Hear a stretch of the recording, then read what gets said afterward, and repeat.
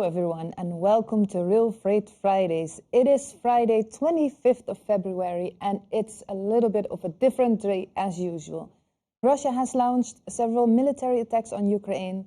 There have been sanctions imposed on Europe. That's the biggest news of this week.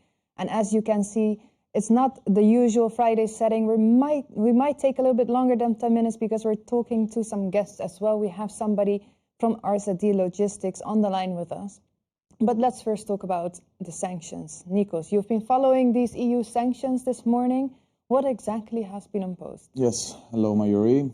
As you mentioned, Russia yesterday launched multiple attacks in Ukraine. This impacts, of course, rail freight connections. But the most important part is that this morning, basically yesterday late evening, the EU officially adopted some sanctions against Russia. It's not very clear yet how they can impact transport, because regarding transport, explicitly, they only impact air transportation. But the financial and export sanctions on Russia could have an indirect impact on rail freight. This means, if we break down the financial sanctions, the SWIFT system is not banned from Russia. This means that companies can still implement money transactions, so business can continue. However, the EU sanctioned about 70% of the Russian banks, and this means that if one of these banks is involved in the supply chain of a company, a European company and a Russian company cannot continue with money transactions, and this, of course, impacts business. Yeah, because let's just take a look at the market perspective. If I'm a company from Europe and I want to ship my goods to China via Russia, that's the most common shipment, is this going to be affected? It depends. With the facts that we have now, transit through Russia without stopping, it's still possible, theoretically. But if a company wants to stop in Russia and load or unload some cargo, this doesn't seem to be the case currently. Yeah. So trains could continue transiting through Russia without stopping, both ways. On the other hand, when it comes to the export sanction, things get a bit more complicated, because Russia will not be able to export any products to Europe anymore. So if you take into consideration all the cargo that was transported from Russia to Europe via rail, this will not be able to, the Russian companies will not be able to do it anymore. So this will definitely impact volumes between Russia and Europe, but not really the New Silk Road as New Silk Road. China can still ship products to Europe via Russia. Of course, things are not very certain yet. We are waiting day by day to have more updates. We are waiting for a more comprehensive and full package of sanctions to be implemented, because now the situation is quite unclear. Everybody is numb, basically. Yeah. So policymakers do not know exactly how to implement the sanctions. Companies do not know exactly what to expect. All we know is that New Silk Road traffic could continue without any restrictions in terms of transiting. Yeah. That's the clearest part. Yeah. And on the line with us, we have Yulia Kosolopova. She's from RZD Logistics. Julia, welcome. Hello, colleagues. Yes, hi. Where are you based right now, Julia? Currently, I'm in Budapest. Okay, so you're sound and safe. How have you received the information, the news about the sanctions from the EU? Actually, unfortunately, let's say we expect that, and we discussing it constantly with, let's say, our headquarters. For sure, we feel some issues with the payment, and we are trying to use banks which not under sanctions. So actually, situation is not easy, but let's say still manageable. Yeah, and is it easy for you to access all the information on the impact of the sanctions? I think right now situation is very volatile, yeah, and complicated to speak really about impact or consequence. I think we need to wait a little bit, and it will be, let's say, more clear.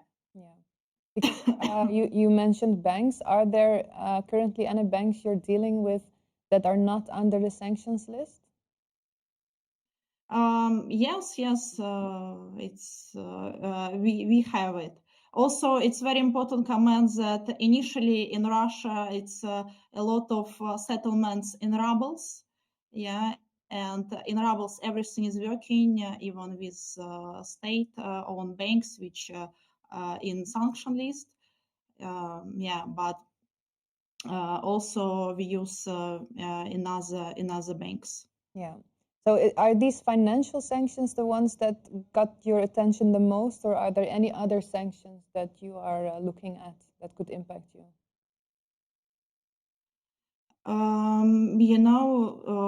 Complicated to judge. We, let's say, working with what we have,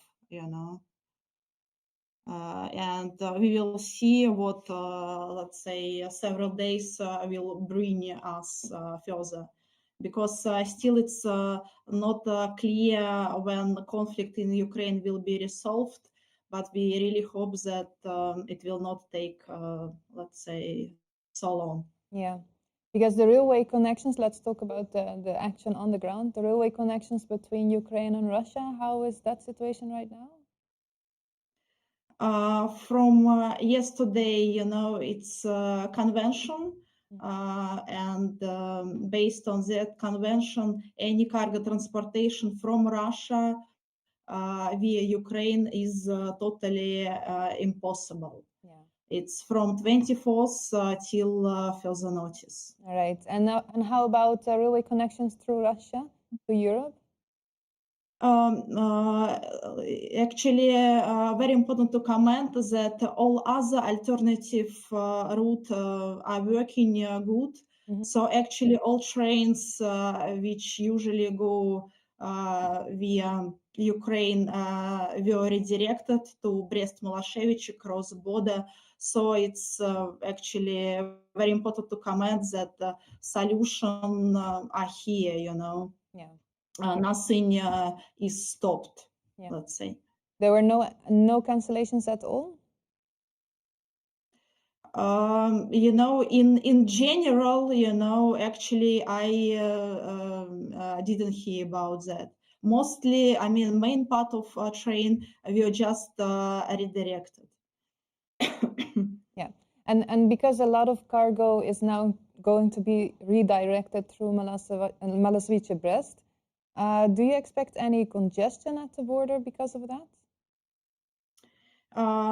Very important to comment that actually, via Ukraine, it was not a lot of container trains.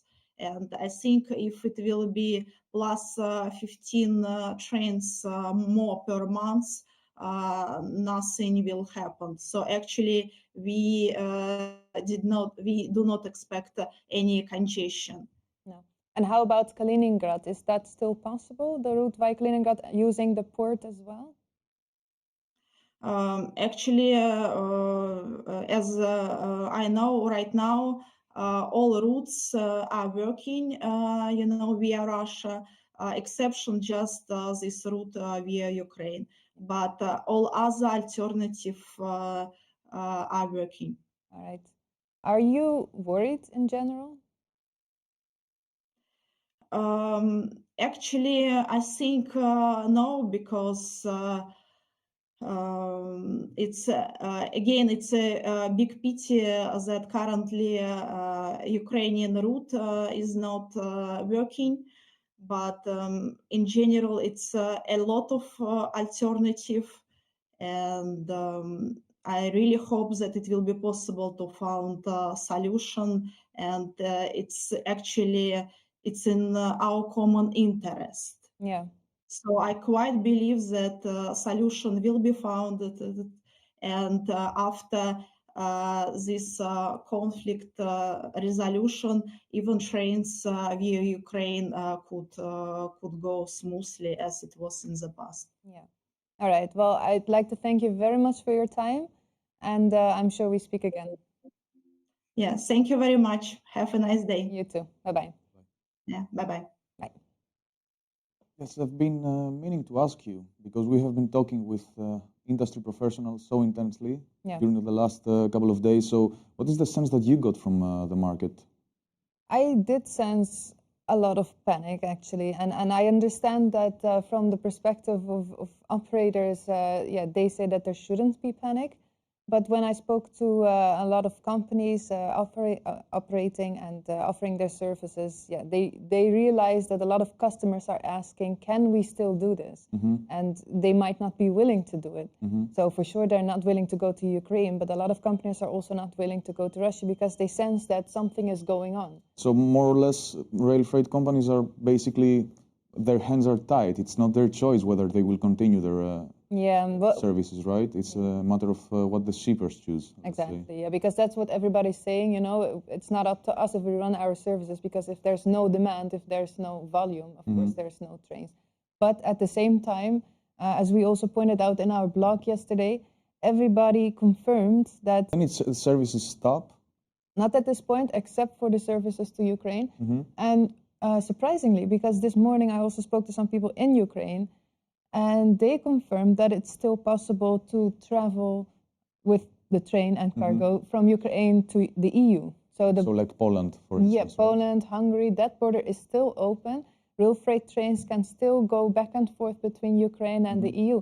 But they also said nobody's doing it because everybody has this fear and conception of Ukraine right now as an unstable country, which is, yeah, logical. Yes, and I mean, it's too early to judge. It's too early to judge, but at the same time, you can see, you know, Ukraine has been fighting for a long time to gain that reputation as a politically stable country.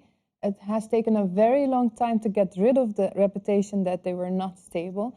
Finally, people started to jump on the train towards Ukraine, and they thought it's okay. So right now, this might be a hard hit on their reputation. And a practical hard hit, because we've heard that many parts of the rail infrastructure in Ukraine have been destroyed by bombings and conflict in general. So we don't know if it's many, but there have been bombings on railway infrastructure as well. And the people I spoke to in Ukraine, they also said you can send your train, but you never know if part of that railway track is going to be bombed. So we wouldn't do it. Which is totally understandable, because there is a war going on. Yes. But we can still understand how challenging it will be to rebuild both the reputation and also the railway. Yeah. And there's the threat of cybersecurity, because that has always been the case. There was a lot of cyber hacks. And they're fearing cyber hacks of the infrastructure as well right now. So in general, rail freight business in Ukraine, yeah, it's impossible to do business right now. That's what they all said. But the focus of all operators on the New Silk Road is that it is still possible to run trains between China and Europe. Now, there's also, you've been diving into this, other countries involved? Yes, indeed. And I will stick to something that Yulia mentioned before, that all trains are currently redirected through Brest-Malasevice. And apart from the fact that there could be some congestion there, which is normal if all the volumes move to this border crossing, there are some concerns because the EU also plans to implement sanctions on Belarus. So EU countries like Lithuania requested these sanctions to take place as soon as possible. So a question that arises here is that if the Belarus is also subject to sanctions, then what is going on with the New Silk Road? Yeah. If the only New Silk Road gateway in Europe ceases its operation or is subject to restrictions, then what will happen? Yeah. But this is something definitely that we will take a look in the following days, because nothing is officially adopted or yet, at least. There is this rumor, not rumor, the EU said that they are examining the possibility of imposing sanctions on Belarus. So yes, we need to monitor the situation and assess it. And I think it's very interesting to see the Chinese perspective in this sense. If all the gateways from Eastern Europe stop, then what will they choose? Because one of the latest updates comes from China, actually. The Chinese president had a phone call with the Russian president. And that just happened right now. That just happened, yes. That's fresh, hot news. Yeah. And he said that he values both countries, Ukraine and Russia, as geo-economic partners, of course implying the New Silk Road relations as well in the Belt and Road Initiative. So he also proposed that he could intervene in the situation and help them find a quick solution. apart from war, of course. Yeah, that's a very helpful gesture, I think, because China, everybody's actually looking at China and on which side they're going to be on, if they're going to be on any. Exactly. And that's also in terms of geopolitics, but also in terms of trade and the New Silk Road. Everybody was expecting what will China do, because China is the greatest player in the New Silk Road, whether we like it or not. It's the Belt and Road Initiative. Yeah, and they've invested a lot in Ukraine as well. They've invested a lot in it as a transit country, but also in its export. Indeed. So there is stakes for everybody here. Indeed. On another note, to close the third parties, the third countries update, there is a lot of concern in Lithuania currently because of the sanctions on Russia and because of the sanctions, probably upcoming sanctions on Belarus. So the country could actually become landlocked in terms of rail, because if the sanctions are implemented on Russia, all rail freight traffic will stop to and from Lithuania. At least that's what logistics provider said from Lithuania, and there is a general concern in governmental circles as well. So it's very interesting to see how things will develop there. Yeah, I'm sure we're going to follow that up on our website. Yesterday we kept a live blog. Today we have several articles on our website about the current situation. And next week? Next week, yeah, but before that we also ask you as a community, if you have any information you want to share it with us on LinkedIn, on our email addresses, because we keep track of the situation. And on Tuesday, as you were saying, we're going to have a webinar. And in this webinar, we're going to have a sanctions lawyer, Sebastian Bennick from Bennick Kamar. He is the one that has been informing us about the latest with regards to the sanctions. All the technical knowledge on the sanctions, because we might see that sanctions are imposed, but we don't really understand without technical help what it means. Yeah, so we're very happy that he's going to assist us there. He's going to explain exactly how we should understand these sanctions and which impact it has on rail freight. Other speakers, we can already show them here, are Martin Kubek from Metrons, who's also very helpful always to explain what's going on, a big player on the Silk Road. And in Ukraine, of course, right? Yes, he has done a lot in Ukraine, and he has offices, Metrons has offices in every country surrounding Ukraine, so it's a very important player. And we have Rien Gulden from, yes, as you can see, KLG Europe. He also knows what's going on exactly, and he has been in close touch with the market. We're still waiting for some speakers to join us, but these are guaranteed. You can now register for the webinar. It's at 10 o'clock Dutch time, Tuesday, and you can register for free. So we will have an expert panel, right? Yes, we have an expert panel. Soon we will have an article on the website where you can register for this webinar, and then we can all see you on Tuesday. Precisely. Most probably we will have more updates by then, so we can provide a more comprehensive overview of the situation. Exactly. Now, for now, keep in touch, stay updated, and have a good weekend, hopefully.